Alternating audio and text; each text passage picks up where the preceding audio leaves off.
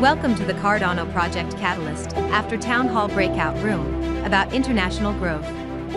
From Wednesday, January 12th, 2022. Join us to discuss marketing methods, incentives, tools, and resources to grow the number of community members, multilingual catalyst proposals, Stakepool operators, and utility of ADA.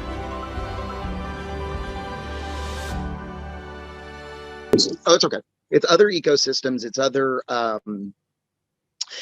other projects that are not on Cardano that are kind of playing that toxic kind of trait angle with all of their stuff. Now, what I have been doing is working with these guys that have come from other ecosystems, but they see kind of the trajectory of what Cardano is trying to do, as well as, coming at it, all humans are equal, kindness is the foot forward, kind of a thing. You can still be funny, you can still be marketing, you can still, shine all the stuff, but it's coming from the heart, like the rest of Cardano kind of a thing. Right.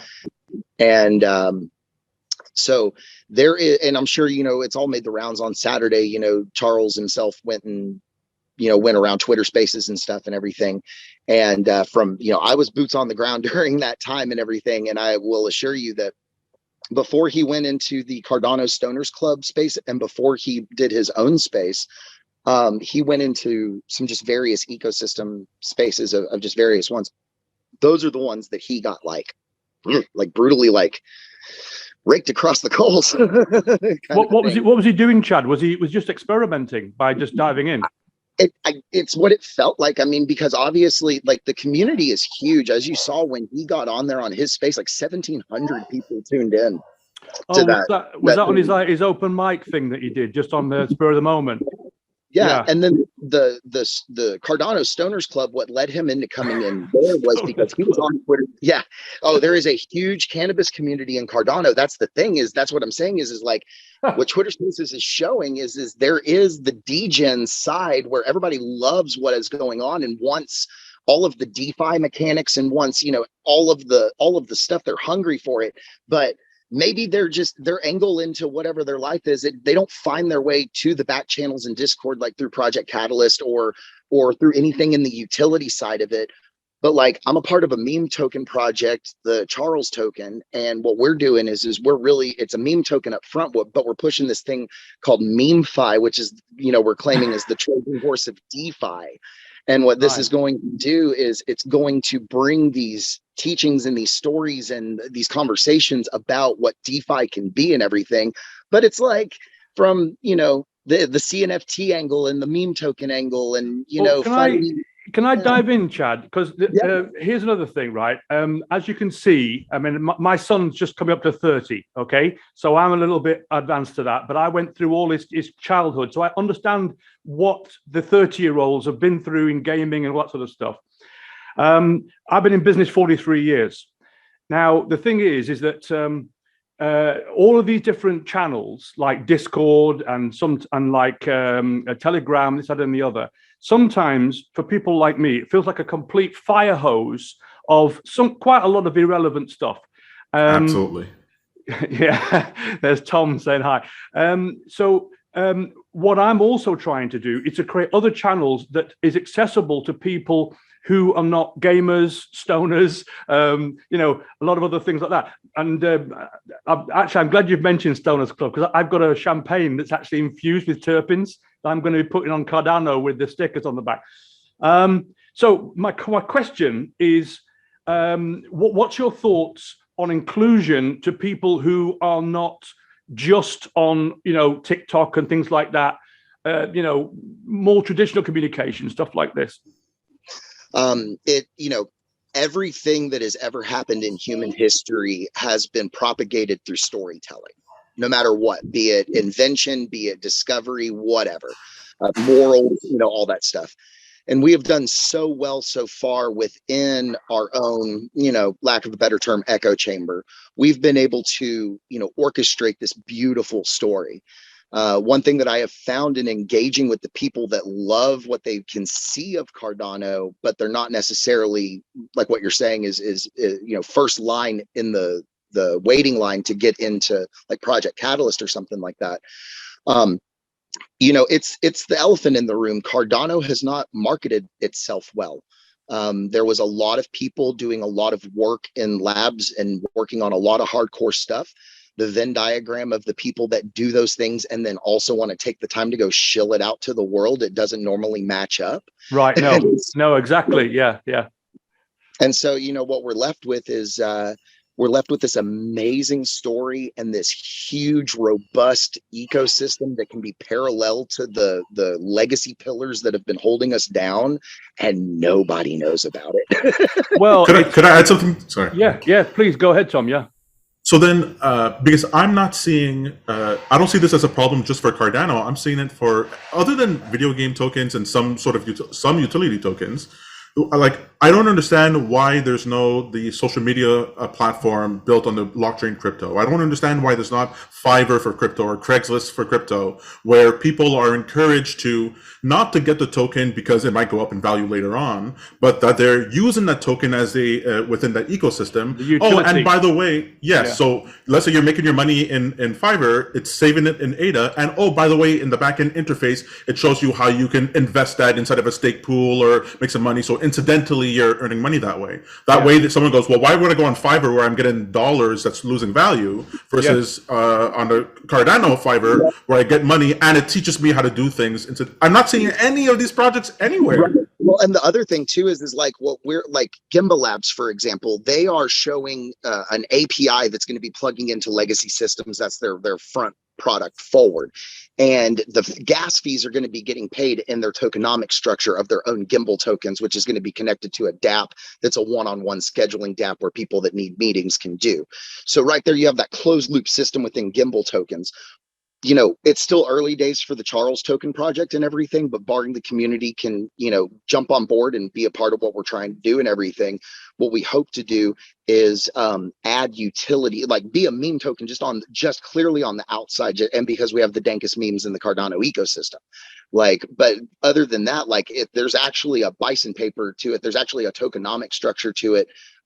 We actually are working on, again, barring community outgrowth, that this summer, if there's any kind of like merchandise, stickers, t-shirts and stuff like that, coupons will be available to be purchased through the tokens for the purchase, you know, through ADA and the ecosystem. So onboarding utility is something, you know, that can always be an ongoing effort in your project. Yeah. But if we could get something where, like right now, what we're looking at, you know, drip drops is kind of the hot name in the thing. And I'm waiting to talk to a developer that will, I've got a guy that I'm waiting to hear back from. They'll help answer me some questions about this, because if drip drops is just doing something similar to that, where they are able to do drops like that through the system, because the payment of the gas fees is done through a tokenomic structure, closed loop system like that. What's a drip drop? Is that like an airdrop but smaller or something? It's like an airdrop but cheaper. So it's a way, because the gas fees, like when you're trying to send something to 10,000 users or something like that, they get incredible, you know. Yeah. And so it's a way for you to have like a user base and stuff. And I'm still trying to figure out how, you know, if it's just extra lines of code or if they actually have something really like much larger built out or whatever.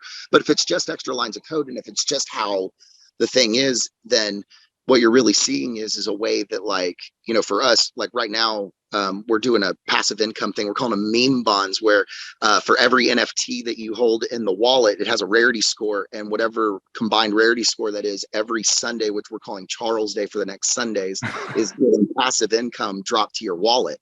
Right now, because of the gas fees, we're having to do it like an ATM thing, where you come in and from the wallet that you've got the NFTs in, you send 2 ADA, it brings you back 1.5 ADA for the transfer, and then your collection. But something like airdrops would allow it to do automatically. And so if we can, you know, but right now we're looking, you know, do we partner with drip drops, or do we just have our dev in the back end, you know, make it ourselves, and then it's our own structure? You just mentioned about legacy, linking up with legacy. And like what I'm seeing as well with a lot of these white papers, and I read a lot of them, is that they get more and more and more complicated. In, as you just said, like, you know, if you put this in, you get that out, and this, that. And then I'm not saying that you know, people who are from the legacy industry, let's call it, I don't know how to describe someone like me, because I'm actually at the cutting edge of industry. I don't know if Tom, you understand what's going on in the current iterations of the world, and the Industrial Revolution, 4.0, all the rest of it. And I mean, because I have the structure and I have the history, I can, I'm very much involved with that. It's looking for ways where all of these tricky things, and as you mentioned before about introducing these features into legacy organizations in a way that the legacy people can understand them as well. Because like you just mentioned about 6 different things, right? Like drip drops, things like that. Right? Now, I consider myself quite up to date, and I've never heard of those things, right? And I'm trying to keep, I'm full time on this, I do like 12 hours a day, and I still can't keep up with all the stuff that's going on. So do you have any thoughts? I mean, can I ask you what your age is? About 35? Man, you hit it on the nose. June 20th, I'll be 36. Cool. So right. So you're in a good spot there, right? You've really got a foot in both camps to a certain degree. What's your age, Jacob? Well, I'm not sure if I should let you guess that, but no. I've turned 40 last year, so yeah, right. 40. Well, again, you're in the same. You're sort of similar zone with Chad there. It's like, how do we bridge the gap and then go international with it? Because I watched an interview with, I got to say, Dan Gambaradello. He does CCV CCV. And he was very lucky to have Charles on with him for an hour and a half, which I watched today. And I wrote a few things down that, Charles was talking about things like toxicity. The other thing as well that I think is important is the fact of discussing blockchain as a sort of as a separate item, in a sense, to the so-called cryptocurrencies or tokenization in terms of the way you use them, because I can see how blockchain can be a great utility to the wider world for efficiencies and everything else. That was all brought up in that comment. So here's a question: do you think that like legacy can adopt blockchain and then understand how to layer on the other aspects of gamification, tokenization, everything else? I mean, what's your thought on that? I think that if the story is told unabridged and it's told well, and what I mean by unabridged is not just international, where all cultures, where they fit on the timeline of the grander human story, that story's told, but also we need to not just pat ourselves on the back, but also show where we've fallen and made mistakes and everything. If the story is told well, there is no story that can't be told, and there's no topic that you can't talk about. And a lot of the division of stuff that happens in not being able to tell a story is when you don't follow that kind of ethical code when you're telling it. I think that it's all the same thing to the outer world, no matter what's happening under the system. It's art, it's creatives creating, it's gamers gaming, it's conversations happening. And as long as and we're over here because we can all, sorry, I've got a big truck driving by. If we're all here because we can, we have the superhero ability to be here, but then also step like in our minds 10, 20 years into the future and see how this can play out and roll out and stuff. We have that gift. Not everybody has that gift. And so we have to be able to tell that through our own creativity. And if we can do that and attach it to as much of the human self that we all know here in Cardano, obviously, of just how pure of a system it is and just how like really all for one it is, or all for all, I guess, rather. But the idea is that we will just naturally segue into the growth of humanity. Just because kids are getting into a metaverse instead of getting on a console playing GTA 5, I mean, there's no difference. Just because we're showing up in virtual rooms exchanging, meme tokens versus going to a swap meet and exchanging enamel pins. I mean, there's no difference. It's all Are you kind of saying it's a case of a little bit of live and let live, let everybody find their own access route into, because I very much see that this is a natural evolution. And I said before, I mean, if you look at my main website, it says Industry 4.0, you know, a revolution of 4.0. So are you saying that you feel that it's just an evolution and everybody should find their own route to it, and then they will adopt which parts of it that they actually identify with? Not just that everybody will find their way to it, but when you were to talk about your question from earlier with this about marketing and advertising towards all of humanity, yeah, you know, going the Coca-Cola route where it's like it's for everyone, you know. So it's like with us, you know, all we have to do is, in like the Charles Token project, all we have to do is find somebody that has just been a creative artist wanting to get into the CNFT space, and maybe they haven't even wanted to talk about any kind of utility to it or whatever. And we hope that through the funniest and lowest barrier to entry, that we can at least get them to go, okay, this isn't like high school, or okay, you know, I've had a bad mentality about learning something new or whatever. And it's all the, you know, we're only going to all come online to blockchain as a whole and Cardano and all this stuff if we just start talking about it and start having conversations. And I think that is actually part of what this little room here was about, was to try to start having a very basic and inclusive conversation, so that it can include a wider variety of people. Because I think even Charles today, well, I watched it today, kind of accepts that there's been this 7 years of development, and some of it is exclusive in terms of just by virtue of the fact that it had to be scientifically developed. You know, there is a lot of technical aspects to this world. So what I'm trying to do now, one, like I say, I'm like acronyms. I like to write everything out in full and put the acronym in the brackets, because I know there's so many times that I see acronyms and I really I've got to go and look them up all the time, you know. I just wonder, I mean, Jacob, have you got any thoughts? Yes. I've been listening and trying to jump into the conversation. There's actually a couple of topics I wanted to talk with you guys. First of all, Chad, I'm super happy to meet you, and I've come across Charles' project a few days ago, and I actually minted my own Charles, so there's one in my wallet there. And I completely agree with the storytelling aspect of, you know, getting the project out there. And actually, there's a story I want to talk with you on another occasion. But coming back to the legacy question, and to the fact that, you know, we're having these conversations and the space is evolving very quickly. You know, like a year ago, probably I probably, you know, heard the term NFT once or twice. And here we are, you know, we're talking about utility NFTs, evolving NFTs, and whatnot. You know, this space is moving super fast, and I think we need to be careful, because we kind of live in our own bubble to some extent. Yeah. And you know, we forget that, you know, we are actually the 1% of people who actually dig that.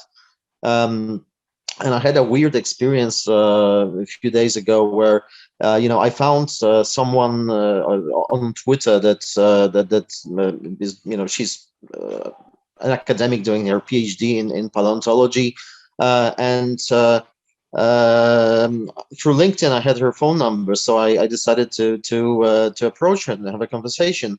And I say, hey, look, you know, I'm working on this blockchain project.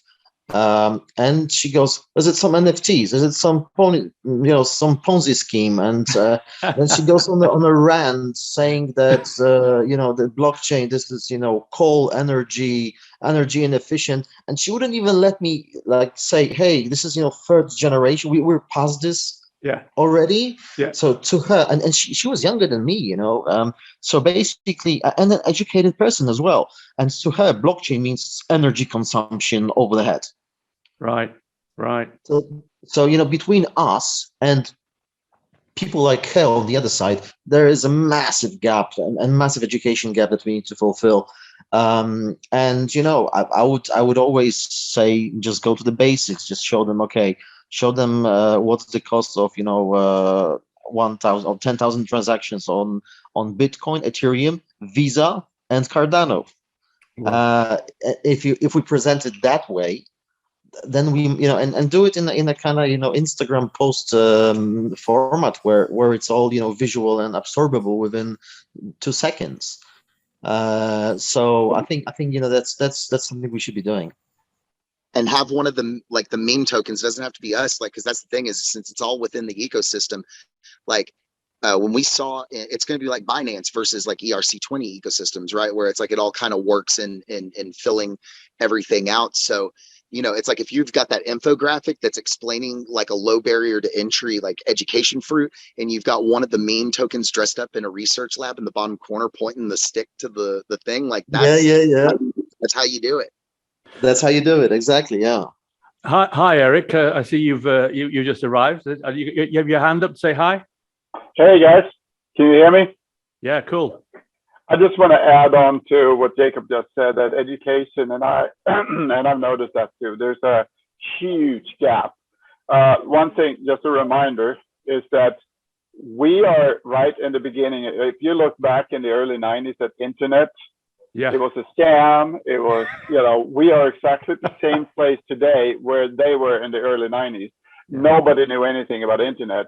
And eventually, we started getting more and more education. It's getting into schools and all that kind of stuff.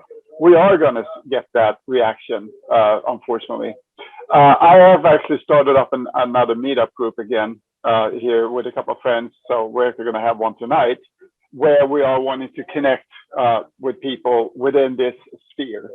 I've also been talking to local radio stations and stuff like that, and we are looking at doing some podcasts.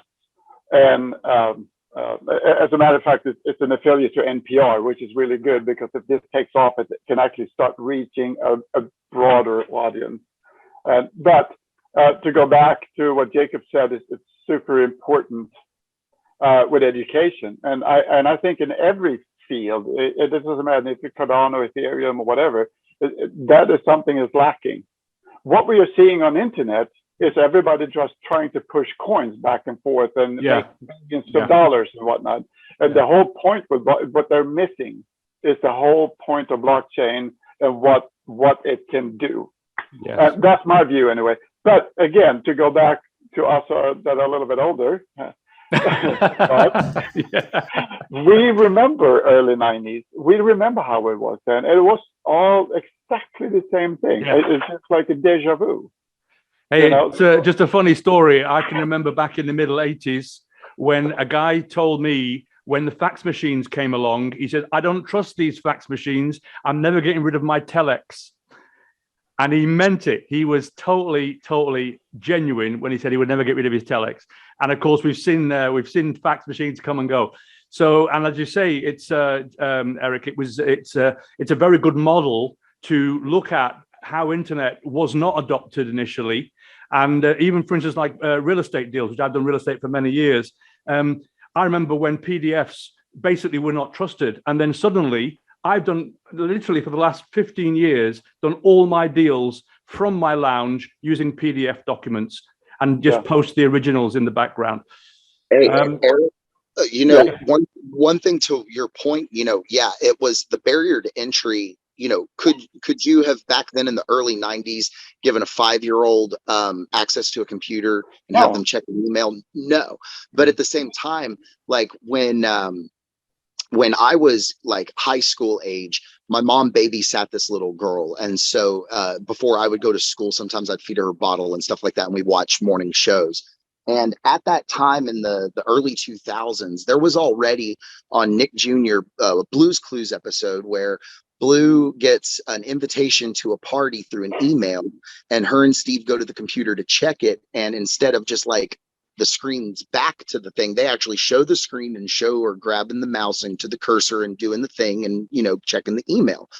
And then it's fast forward to today, I have a 5-year-old And she got this little laptop thing that was on Shark Tank that's like a tablet laptop, but for ages 6 to 12 or whatever. And ever since the first day when her and I initially set it up, she hasn't asked me for one damn troubleshooting question or anything. She knows how to do everything on it, download everything, all of it. And so I just want to add something that's important in this whole conversation that we're saying now. You're absolutely right. In the beginning of the 90s, so we went, example, my mom would never pay online. Forget that. She would go to the post office and pay cash, and that was just how it worked, right? But the difference today to when the 90s was, the learning curve, and it took us, 40 years to get there, right? From 90 to now, or, or early 80s or 90s or whatever to now. The speed of learning and the new system that we're getting into is so fast. Yeah. All the hurdles that we had in the 90s, it might have taken 5 years to get over that. That takes a month today. If you look at the development, just look at Cardano. Cardano smart contract came out in September. Look what we have done now compared to what they would do in the 90s, where Xerox was starting, making programs and stuff like that. And Microsoft took over, and we had the first DOS, and then we had 3. Whatever it was. 3.1, yeah. that time gap it took there today is a fraction here. Yeah. So what we are doing in the blockchain space, therefore it's so important. We need to go out and educate. I can't emphasize that enough. So whatever way we can do that, we just have to do it. Look at how they did it. Like at one point on Disney, when Mickey Mouse got a phone call, he would go to the landline to pick it up. And at some point down the road, Disney, with whatever metric, stopped drawing a house line for Mickey, and he then had a cell phone. And so there's this crossing that we have to do. And I also believe that we, as Cardano, we need to start creating our own content. We need characters. Yes, but let me just say this real quick. So Mickey Mouse went from, only writing a letter, on the first Mickey Mouses that came out. Then it was a landline phone. And then he goes, to a cell phone. And I can guarantee you, we need to think not what, where are they going to go? We are going to do him in metaverse. Yes. The kid is going to go into metaverse, go to Mickey Mouse, shake his hand, and be pal. Now we're talking, and when I say that to people, they're going to go, no, that's mind blowing. But yes, we are going there. Yeah. And so our job here is to start easing people into this. And how can we do that? We just do it bit by bit, but we need to start educating people. And I personally think the most important thing about blockchain is there has to be trust. People need to go away from this thing that, hey, I can go on blockchain and make millions of dollars, or I can lose my house. They need to go away from that, and that is our job. At least that's my view on it. So therefore, that's why I'm looking forward to the podcast. I'm really looking forward to meetups, because it's my job, or Carl, yours too, because we both have been there, and so we know the comparison. But it's our job to go out and teach everybody else. That is my view. No, totally. I mean, Eric, you just said something now, and I had an idea, and it's gone out of my head because I thought of two more since then. But this communication, this job of education, etc.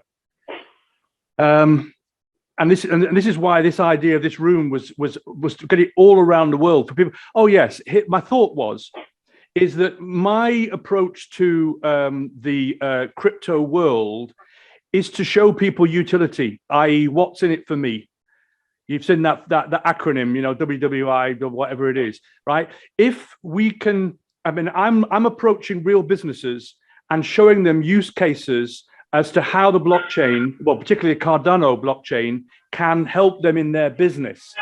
Then I'm talking about, on top of that, I'm layering on top the idea of tokenization, and then NFTs for real estate assets and all kinds of assets, things like that.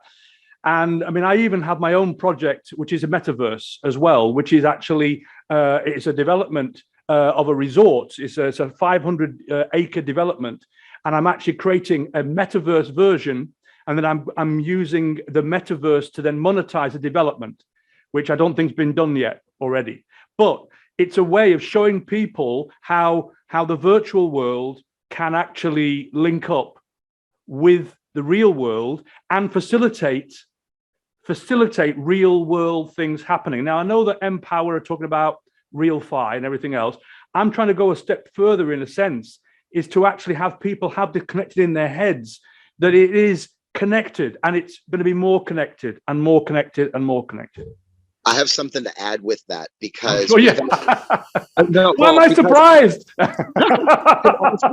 Twitter Spaces, you talk about the metaverse coming. Let me tell you, these Cardano groups with people talking, we start getting in these conversations, and then people come up to the microphone and they start saying, I know you're saying the metaverse is coming, but in these conversations with these interactions that are decentralized, from around the world, it feels like we're already kind of in the metaverse. Oh, wait, yeah. And so one thing that's come out, because obviously there's bad actors in every space. And so on Twitter, especially, there's bots, but then there's also the people that are humans, but they're on there to scam and spam. And they found themselves sometimes going into those spaces, and they wait and, they wait for a conversation point, and then they jump up to the mic. And then the whole thing is, oh, you're doing this about this. Well, let me tell you about my thing. And they try to come in and, sell their thing. Yeah. That has led to us creating kind of in the rooms, kind of a token authentication social thing back and forth, because since we're all playing amongst the space, and, everybody has at least one ADA or one, meme token or something like that. But the bad actors, they're not going to give out a public address. They're not going to engage in a token transfer. They just want you to, get their scam. Right. So while we're in these rooms, if the host figures out if there is somebody that's a bad actor, then they start up a conversation about, hey guys, let's trade some tokens. Let's get going. Anybody who wants this, and then they kind of call out that person and be like, hey, you want to buy some tokens? And then, oh, no, and then they're like, okay, well, here's what we're going to do. If you're really interested in what our project is, we're going to go ahead and we're going to kick you from the room, and we're going to block you. And then yeah, we've got other creators, and they have, in our tokenomic structure, they have unblocked tokens. And so if you are really passionate about getting back in this room and being able to have what we're trying to have as fun, then please go find one of our other cohorts. Please go buy an unblocked token from them, and then you can come back in. And it never works. It's always a way to call out the scammer. That's really interesting. Yeah, that is really interesting, because it's going to happen more and more, isn't it? Every opportunity. And I mean, going back to Eric, we'll call ourselves legacy people. There's always going to be people going to try and take advantage of a given group of people, a community, etc. Tom's got a point there. Yeah, I just want to mention, because I'm hearing, I love the enthusiasm, but I'm hearing the same thing that I'm hearing in other places, which is, and I'm guilty of the same thing, we all know to some degree enough about the cryptocurrency or currencies that we're interested in. We get to see, we're creative enough to see how they can all fit together, but none of that makes my mom buy Cardano. Right. All right. And so for 2 years, I was speaking to people. My brother and I, we had this community here in Montreal, and it didn't matter how much we talked about how much money they could hold by holding the cryptocurrency or anything like that, how much money we made over their stock portfolio, whatever. They didn't care, because as soon as they heard token and blockchain and wallets, whatever, they just zone out. They're more interested in buying the next self-help book than they are to get that. And I realized I had to start tricking people into owning crypto. That the point couldn't be that you'll make money, because it's too many hurdles to jump through now in order to do it. So one of the things I did was that, for example, we said, well, we're doing this thing. If you want to participate in the thing that we're doing, well, you have to have ADA just as a side thing, just to participate. And I go, well, I really want to participate in the thing. Okay, I guess I'll get some ADA so I can do the thing. My 74-year-old stepfather, father-in-law, he not interested in, could not get him to sign up for a wallet, was not interested at all. He's just like, Tom, you just handle it for me, you buy the stuff for me. And I was like, no, he wouldn't get into it. I get him into League of Kingdoms, and a crypto video game, and he calls me up there. Okay, how do I get Polygon tokens in order to mint 16 million resources? I got so many resources in this game, I can mint it. And now he's doing transactions on his own. Really? Yes, the narrative that I want to see more of with people is that the idea has to be so simple, so easy that you just Trojan horse. Imagine a Craigslist, where it's just a Craigslist everyone's used to, or whatever platform, a Fiverr, whatever it is, and you say this is the price that you have to pay if you're paying it in dollars, and it's 20% off if you pay it in ADA. Totally. And someone goes, "Oh, okay, then I just got to get some ADA then. Of course I'll do that." Like, it would be a no-brainer, but we're not doing any of that. We have all these interesting ideas. Even I'm on a project that's super interesting. It'll take me 3 months of someone held down in the chair for me to convince them to get it. And I just don't understand why we can't just be like, okay, you know what? We're having problems with Twitter. Let's make our own Twitter. We're having problems with Craigslist. Let's make our own thing. Why aren't we doing this? We have money and people, and we can't make someone click a button to own our thing. I don't get it. Well, I love the phrase you used there, Tom, which is Trojan horse, which sounds insidious, but it's not at all. I do get it. And I think that leans into this idea of utility for the ordinary person in the street. And then he said man in the street, but the ordinary person in the street. And people like Chad, you're obviously like deep dive, you're in with all the devs and all that sort of stuff. And the thing is of course, is that the devs and all of the stuff in the back end, all the DeFi, it has to be there in order to lubricate the system. But as Tom just said there, and this is really what this room, it was, the idea of this experiment was to try to say, right, what are the steps? How can we bring your granddad, Tom and whatever into the system? And I do like the idea of incentives. I mean, I wrote down here like rewards and incentives. Because, as you say, if you're getting a better deal, and particularly if the efficiencies of the blockchain are making it cheaper to do something, then of course that can be passed on as an incentive, I suppose, in a visible sense. But I mean, I also look at the idea of a car. I mean, and I'm sure Eric will maybe agree with me here. But my first cars, you had to know how cars worked because you had to lift that bonnet quite often and tinker with something inside. Today, you lift a bonnet and you have to plug a computer into it. It's just a plastic covering. And I mean, blockchain is going to get to that point where it's all interoperable. It's all going to be really almost invisible. I mean, I don't know if you agree, Chad. It's going to be, the back end is going to be invisible and it's going to be all interoperable. Yeah. So that it's all going to be about the utility, which is basically what Tom's saying. Is that correct? Yeah, so we can all describe what we know it'll be like, but we don't really get to. So let's just we can all decide. Okay, we're going to do this next step, and this next step is not. There's people working on the Plutus application backend. There's people working on Marlowe. There's the Hive mind working on the tech for it. Great. Yeah. The rest of us have to come up with a thing that doesn't require that later on we'll be able to do it. Right now, right today, a project we could put out in a month that is super simple, dead easy for someone to use, that fulfills a need that someone looks at it and goes, well, of course I have to try that. That's what I want, not something 7 years from now. Right. Today, we have the resources. Tom, so how about that?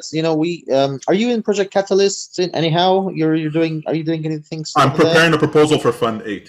Okay, cool. So am I. I did my first one in Fund 7.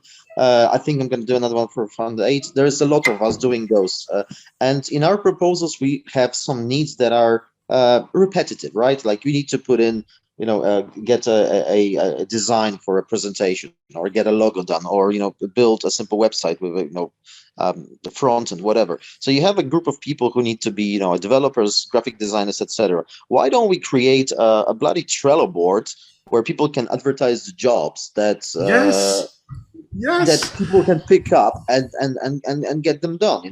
So there's Cardano jobs, but if you've ever been on there, it's very sparse, right? Cardano is very sparse. There's no like, it doesn't even need to be something crazy. If you're on Reddit, you can see if you're hiring an artist, if you're on side hustles, if you're in the anti-work threads, there are hundreds of thousands of people who go, if someone were to hire me for this thing, I would do it right now. And if we said, we'll hire you to do it, but we're paying you in ADA, they would figure out how to get ADA. Yeah. And if you're going into the for lack of a better term, the non-blockchain industries to try to pull these people, a lot of these, just kind of like how, in the back channels of dev, they're still trying to figure out what's on chain, what's off chain, and how that's all going to work and everything. Well, it's like, what to just get this ecosystem built out requires somebody to be fully on board with what Cardano is. I mean, yes, they'll learn it along the way and stuff, but like, does it really take a good web developer to understand, everything Charles Hoskinson has said to make a good side web thing, and then it's like, as long as it's powered by Cardano, it's, the Cardano is baked into the whole thing, then we can find everybody who's got every skill set, Exactly. I want to add, there are two things in here I want to say. One of them is that one of the things that I've noticed here is that, and I love this community, don't get me wrong, there are so many smart people, and unfortunately sometimes it feels like I'm going to include me in it, but we're on such a high level. So if someone comes in and says, oh yeah, I don't know what blockchain is, don't worry about blockchain, don't do this and this, right? And we are such a high level, we don't give them a chance. That's the one thing I want to talk about. The other thing that we talk about constantly is like, we're going to unbank the banks and all that kind of stuff. And here I'm gonna make a very we remember VHS and I forgot. No, the 8-track. Yeah, or 8-track. We had two different videos in the beginning. Betamax, yeah. Betamax. Yeah. I think it was Betamax and VHS. Yeah. And the thing is that Betamax was actually really high quality, and there were the tapes were smaller and all that kind of stuff. So then you ask yourself, why was VHS taken over? Why became VHS so big? Because you had an industry that took it over because it was cheaper, and that was the sex industry. And we've all seen that over and over again. That as soon as something new comes out, that is the industry that adopts it. So my thought here was that, you know what, that's a group of people nobody even talks about. That's exactly right. They're all over the world. Say that. Can you say that again? I didn't quite get that exactly what you were saying there. What is the group you're saying? The adult industry. The adult industry. Not only do you have the girls walking on the streets, you get the videos and all that kind of stuff. All of that's going to, not all of it, a lot of that video construction is going to go into the metaverse. But how do you protect the girls that is on the street? Well, okay, so can I just add something to that? Yeah. You're absolutely correct. And the fact is, the adult industry is not what makes the platform successful, but is an indication that it can be successful. Yeah. So Craigslist was making $15 million a year off the personal section on the site. It wasn't, that's not why they built the site, but that's what started happening. Yeah. And so, but go ahead. But if you want to have something being adopted and adopted fast, focus on that group. Make something worth for them. And if you, the girl that walks on the street, she's going to say, I'm not going to take you unless you had an NFT that shows who you are. Yeah, you're right. You're right. ID, yeah. Let me scan your NFT, and the wallet is attached to this NFT. So I know that when the transaction is done, not only am I semi-protected because the NFT will tell me who you are, but it also guaranteed to pay. Right. Yeah. If you start in those ends of thinking, then this is start adopting in other worlds. And maybe also check the medical records. Yeah.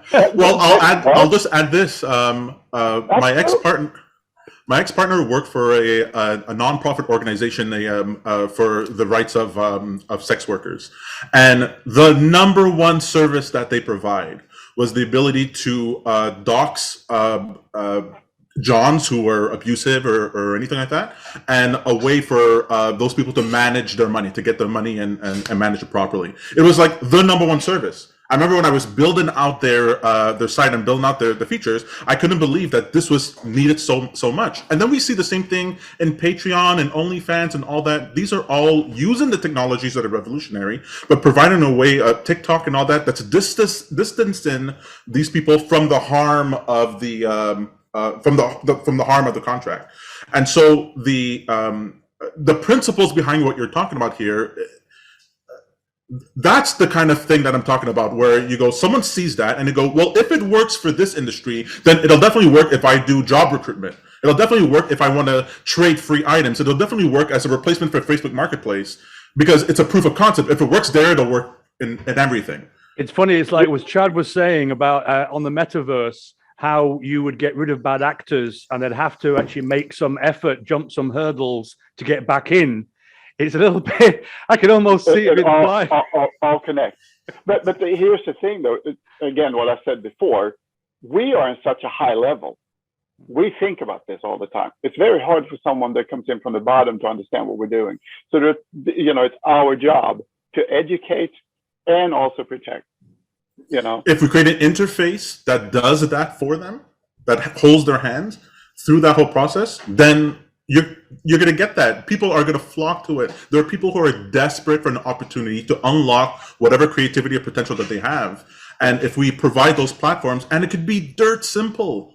Dirt simple. And 20 people in a room for a month can do it. Yeah. With Voltaire and all that kind of stuff that comes in with governance and all that kind of stuff, we also have a Cardano that's very cheap to handle the transaction fees. All that. We do have the tools. We just need to figure out a way to get it done, and we can do it by these girls are downloading an app and you call it John. So we're going to rename Eric to Hugh. Right, he's going to be. What I've been thinking about is you mentioned, Tom, about essentially onboarding people in a way that they can understand. So for me, then I'm thinking use cases is to give examples of these are ways you can access our system, and here are the benefits to accessing this system. And by the way, you use these tokens or whatever, then it gets exactly. That's what you mean, is it? Basically lead them by the hand and say, look, here are some boxes. But what about the negative connotations to because when you first said adult industry, I thought you meant adults like you and me, Eric. But, so I got it eventually. It took me a while. What about the negative connotations of that, or do you see that as like a separate section that just happens? You don't need to target the industry. You just have to make it work, and those people in that industry will naturally use it. Involved in this too. I mean, young girls that say, "Oh, I'm going to try this out," and she will only do the guys that actually are on this app, right? And the thing here is that you get everything from the adult porn industry, but you look in the Africa and other countries. Oh yeah, the unbanked. Unbanked. This is a way for them to get banked, but also protected. You also get another part in there, which is trafficking. This is a thing like this could have huge implications, but you have to start somewhere, which is our job. Like with something simple. So you're right. With the digital IDs, the DIDs, as Charles Oscarson calls them. I guess that if there was this limitation, for instance, that there had to be a DID in there, a digital ID, that would then behove the organizers of the platform to have had to jump some hurdles rather than just have anonymous girls just being forced to do things. Sorry. Well, just to reiterate, you don't need to target the industry specifically. You don't need to do that. In fact, all of the social network. Yeah, give us a picture, Tom, of how you think it could work. So, for example, on so this is part of I love that Eric brought this up, because I'm actually building something like this for the project I'm doing, for the proposal I'll be putting out, where it's a type of Craigslist, but there's some basic categories to begin with, but the categories that are on the page get voted up based on usage. So as you create your posts, you get to select from an existing one, or you create your own category. And as more people vote for that category, it becomes more permanent, and the less that category is used. Is that called gamification? Is that what gamification's about? Well, in this way, it's more of a crowdsourcing. What are the categories that are necessary? Right. But if you build it on a blockchain, you can't have a governmental entity come and tell you you have to remove this category, because the category is being generated automatically by the people using the system. And so that's the sort of thing I mean. Well, we just take an idea that is already being used in the legacy system, we copy it, tweak it so that it becomes decentralized, and then give it up to the people. And if you let that go, and then you make the next one. So basically, we just recreate. Why reinvent the wheel when it works? Yeah, Wikipedia is the same thing. Why you have to realize we can make our own Wikipedia.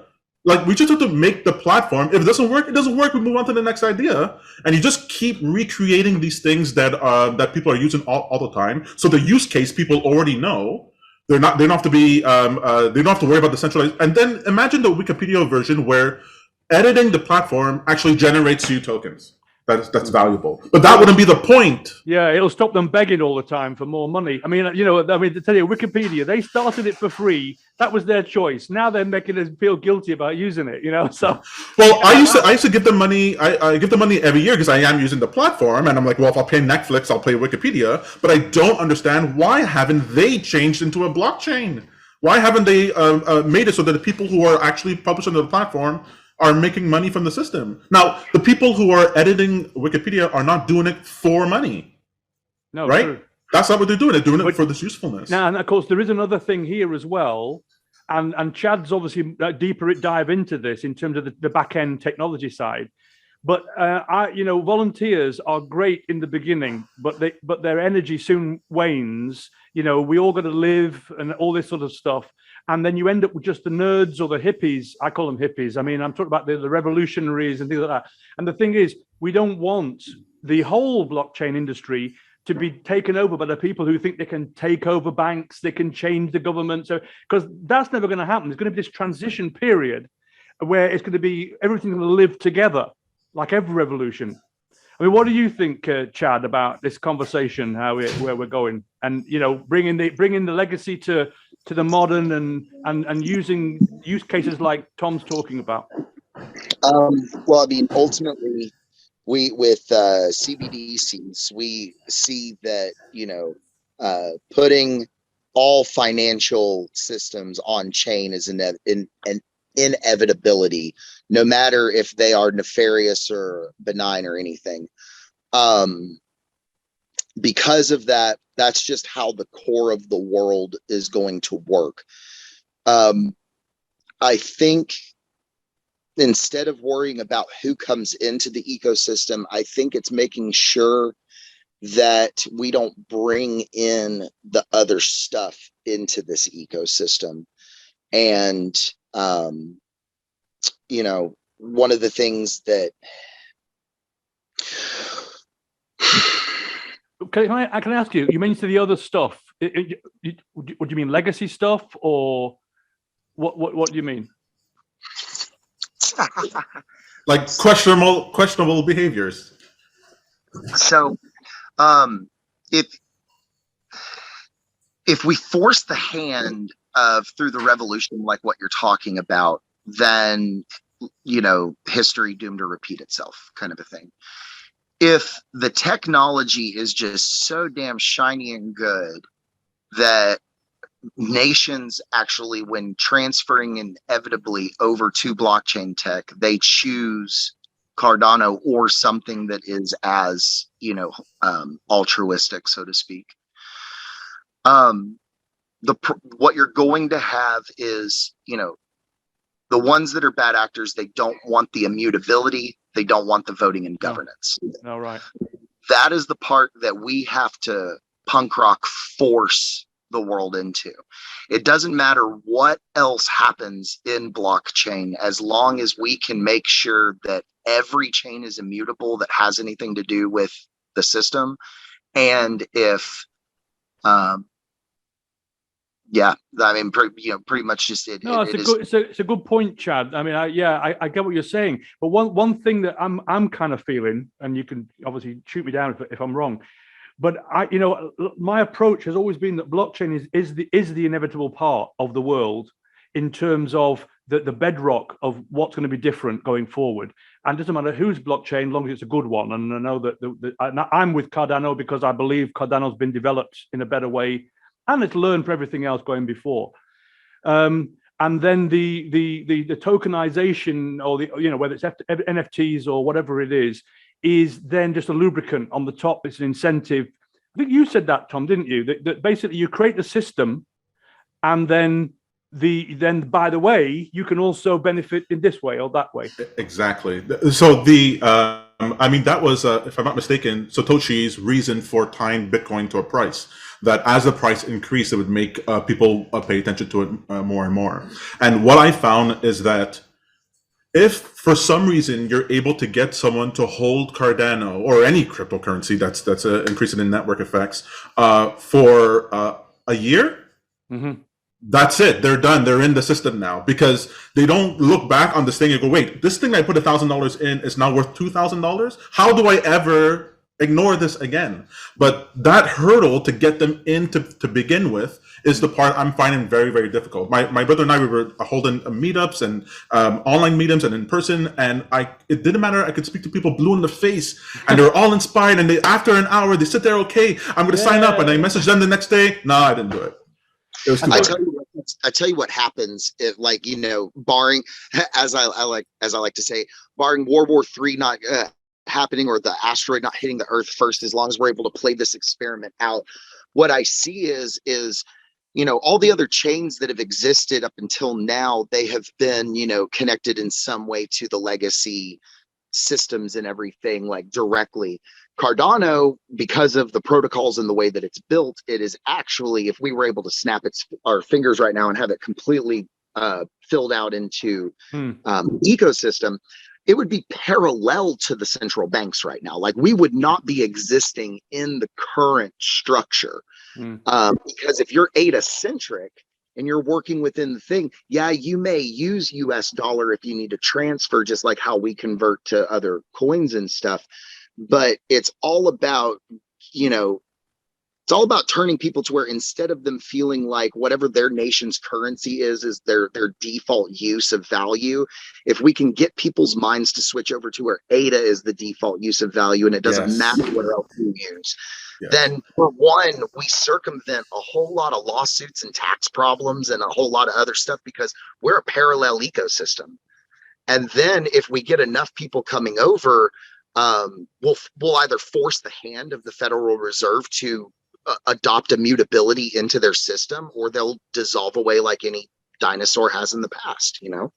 Yeah, that's exactly in line. Sorry, that's exactly in line with what I'm proposing for Fund 8. It's that ecosystem where it's not about onboarding into Cardano, then selling it off to get dollars and then paying the capital gains taxes. It's literally transacting with other people with this currency and with the tokens within the system. And that's what I thought the meme coins would be. Like, that's what I thought they were supposed to be, that Dogecoin would eventually be that, and SafeMoon would eventually be that, or whatever. And they always ended up being this. SafeMoon's now doing energy, wind turbines, whatever. Dogecoin, there's no one's guiding that message. Everyone's waiting to see what Elon Musk has to say, or whatever it is. I would work for cryptocurrency. Like, I'm ready to do work for cryptocurrency, and I wouldn't sell it for anything. And so those are the projects I want to see. And if we can create an ecosystem in that way, then the comparing it to US dollars will be incidental. It'll just be proof that you made a good choice, and not the reason why you've done it. Absolutely. What were you going to say, Eric? I kind of looked at all of this like, water running down from a mountain. Here's all the technology and everything, and it goes down, and there's going to be branches that goes out and just dies.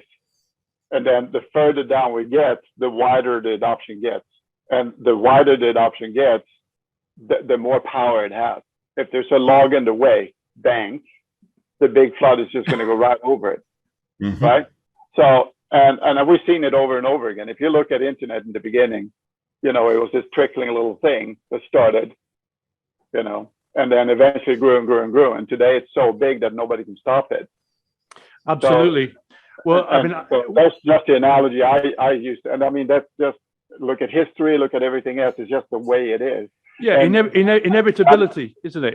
Inevitability of things. Bad actors is always going to be, and here's the thing: as long as they're stupid people, there will be bad actors. Yeah.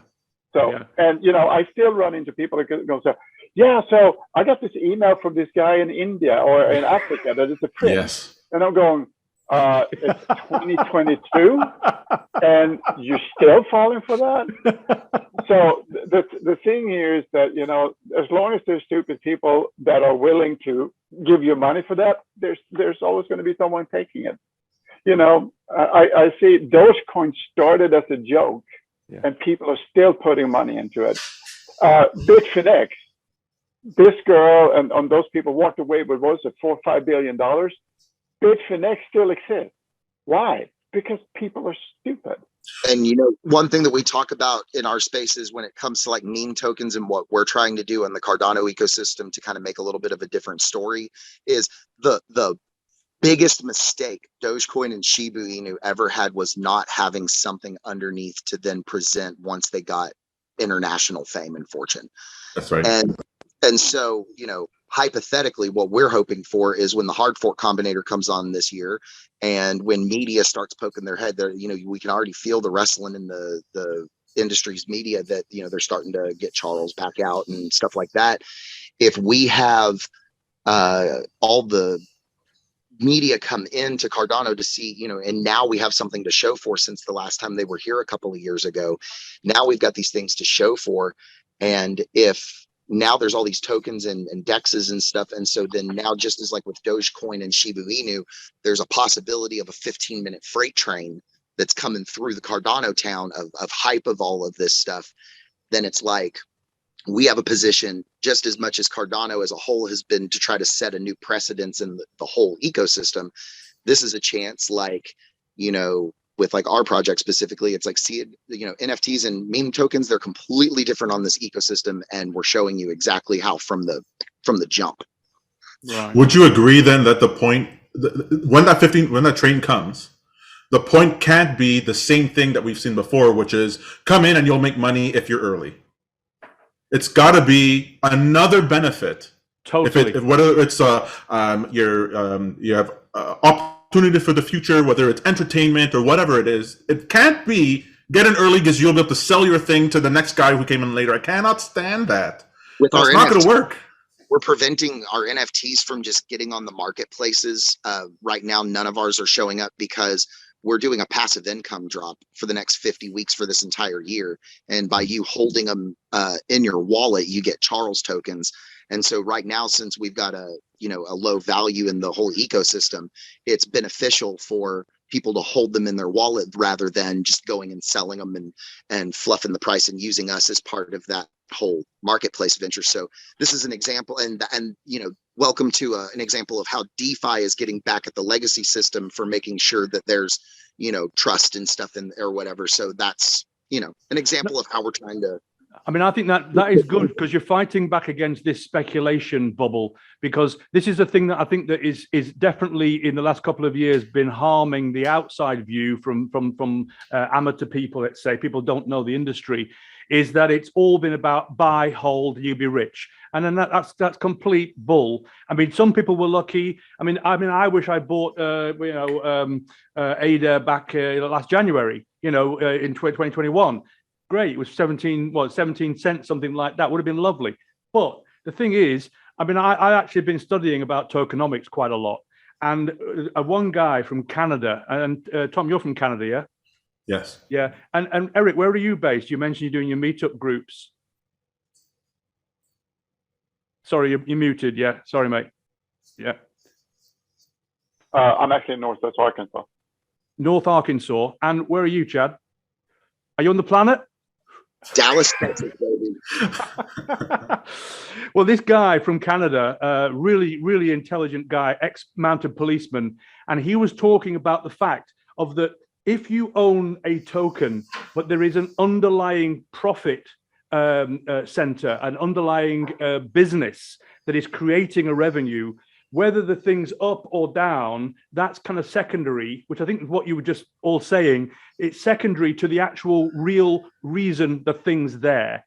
And I know that some of the early days when about 3 or 4 years ago, when I first became aware of crypto, some people were very much saying, well, we're going to build a school in Uganda, and that's why we're going to have a token and this and that and the other. But it was also fractionalized. It was also unbelievable and otherworldly. And I remember in a meeting of about, maybe 50 people, and I said, yeah, but how do you get money in and how do you get money back out again? And I've been asked that now so many times.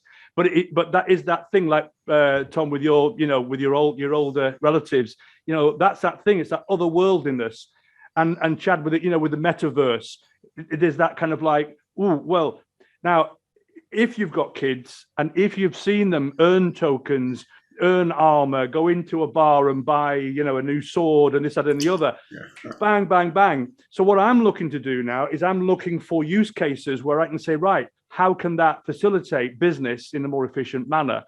Another thing that I'm doing is, that Coty did a challenge this Fund 7.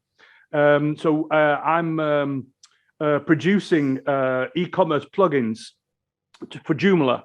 That WordPress is bigger, but I personally find that a lot of WordPress people are not necessarily commercial. They're looking for an easy thing to use. Joomla is a more enterprise thing, and there's about 2.5 million copies of it, operating on the internet. So I've got the top 11 shopping carts, and we're producing plugins. Again, for that utility, for that thing. And if we put into it, just like Tom said, if they can say, right, you buy with dollars, you buy with pounds, it's this price. If you want to buy with ADA, this is the other price. This is a real way of generating millions of people that will use it. And well, millions of people, but how many multiple millions of transactions? Well, so in legacy business, when you have, when you're taking like the Sony approach, with like the way that they released, I think it was like PlayStation 2 or 3, where they cut themselves so much of at a loss for so long. The way for them to get back in the black was so high. Now, if you're trying to undercut your competitor, in this sense, US dollar competitor to ADA, through stake pools and through other stuff that's going on in the ecosystem, instead of you having to build into your original profit projection of when you're going to start seeing turnaround, you can then incorporate that in the tokenomic structure, so you're not ever really dipping too low. Right. Carl, you made a very good point there. It never even occurred to me, because I'm a web developer, so I've worked with Joomla and WordPress all the time. It never even occurred to me to sell a plugin with the two pricing structure. Actually, I really like that idea, because we should work together. We should work together on it. Yeah. And then because that's actually straightforward. And if the plugin actually, can I just interrupt, Tom? That was actually Chad. I think, did Chad mention that? Oh no, you mentioned it, didn't you? Anyway, one of us mentioned it, but it wasn't me. Well, yeah, because I've always thought about it in terms of, let's say, I just want to make this one point that in the crypto community, I wonder if you guys agree, I find the programmers are too cute by half. They keep trying to create something new and exciting. Craigslist is the same thing as the newspapers online. All right. The different services that Wikipedia, it's just encyclopedias online. All we need to do is copy an existing thing slightly better. That's it. Then you're going to get adoption. And that's what Eric said, wasn't it? Don't reinvent the wheel. I wonder, does that mean that there needs to be a new challenge instead of proposal? Does there need to be a new challenge added to Project Catalyst, where the focus of that is not to bring a new technology in, but to take something like, we've already got how many funds, we already got how many technologies that Project Catalyst has done. Yeah. Your job is to take something off the shelf and find something on the shelf. That's a great idea. That is a brilliant idea. That's a great idea. Yes. Yeah. Basically what it is that take something existing and tweak it and put it on the blockchain. Yeah, exactly. Yeah, totally. Oh, I would love that. Well, I think we've definitely uncovered something here. I mean, certainly the blockchain is the fundamental part of it, and the tokenization is easy. Once we've found the use case, once we've identified how to plug whatever it is into the blockchain and make it work for the blockchain, and you know what I mean by work, make it work. Yeah. You know, just basically, Eric said it, tweak it so that it actually becomes a blockchain project. But I think that'd be a fantastic challenge. We've got the miscellaneous one, so I guess we can always slip it in there somewhere. Well, I hope you guys don't mind if I contact you afterwards. Well, I'm just going to put my main email because I would like to keep in touch with all you guys. And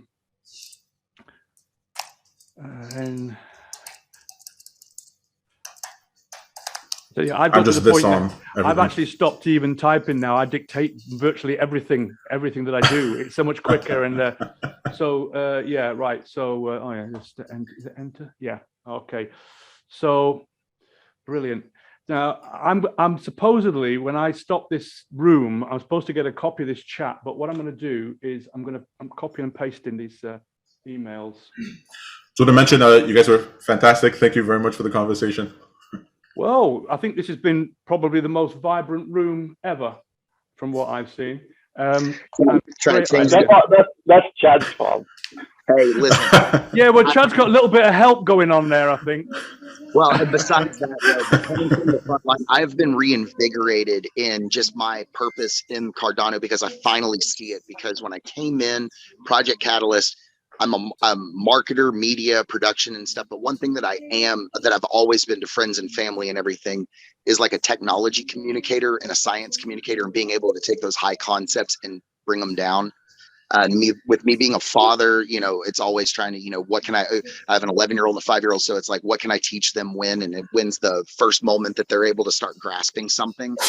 So I really, really love that I am able to find my place kind of right now, being an arbiter of Cardano into the degen society. Almost. Well, I was going to say, Chad, I mean, you know, I had to take my son from the pre-internet period to, well, all the way through what computers are, what you can do with them, whilst I was learning myself. And you know, you've got a similar job, haven't you, with this?